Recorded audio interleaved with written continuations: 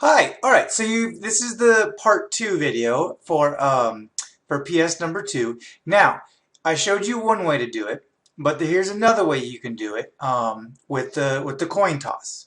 With the coin toss, another way you can do it that might be easier for some of you is let's go ahead and make a list. So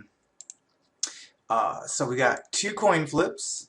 So we're making two columns, and we're going to record all the possibilities. So for example, one possibility is heads on the first flip and heads on the second flip.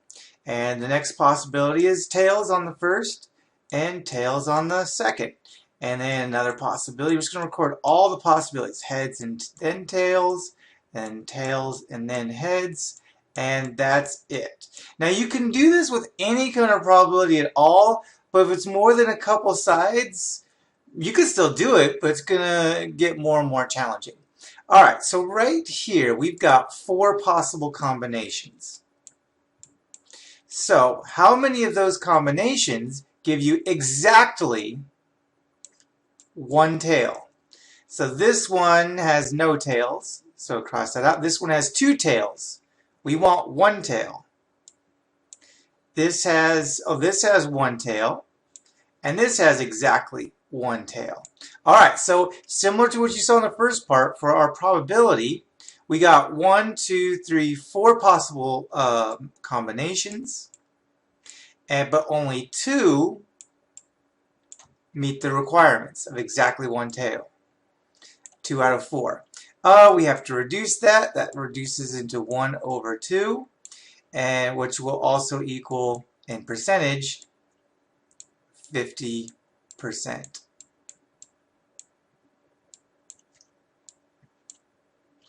Okay, so let's go another one. Now flip over to the back side. All right. On the back side of your sheet to number 6. Number 6 and number 7 are very different from all the others.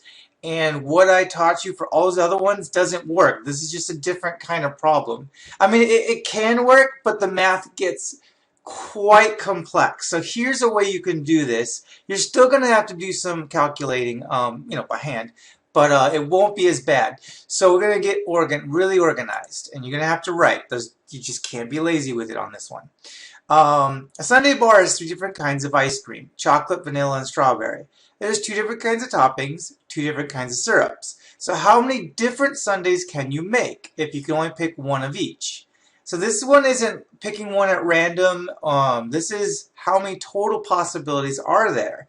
And there's a lot, even though there's just a few numbers, trying to get all the total combinations can be challenging. So first, let's just start with the ice cream. You're going to start with the ice cream, put stuff on top of it, right? So we've got 3 types of ice cream. We got chocolate, vanilla, strawberry. So we'll start with chocolate.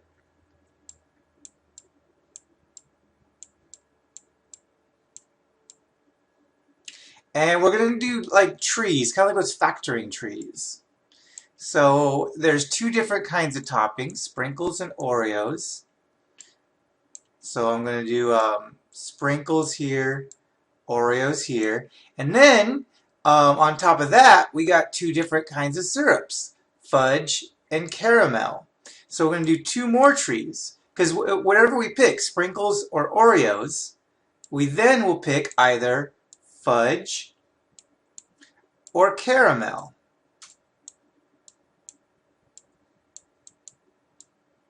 Alright, so right now, just with chocolate, ignoring vanilla and strawberry, we have 4 different possibilities of ice cream. We can have chocolate with sprinkles and fudge, chocolate with sprinkles and caramel, chocolate with Oreos and fudge, chocolate with Oreos and caramel. That's 4 choices right there. Now, if we do the same thing with vanilla, and we do the same thing with strawberry, we're going to end up with 4 and 4. For each kind of ice cream we pick, there's 4 different possibilities.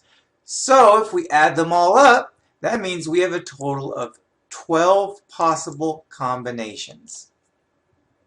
And that's how you'll do something like this. The only other one like this is number 7, the very next problem. You're going to solve it the same way. Figure out what your starting item is. In this case, it was ice cream. and, you know, label that at the top, and then do trees for all the choices. So the first choice gets its own tree. Then the next choices, they get more trees. Now, sometimes you might have more than one tree. That is possibly going to happen. That's fine. That's just more things to count. It's all right. It doesn't matter. You might even have a third tree up here. That's possible too.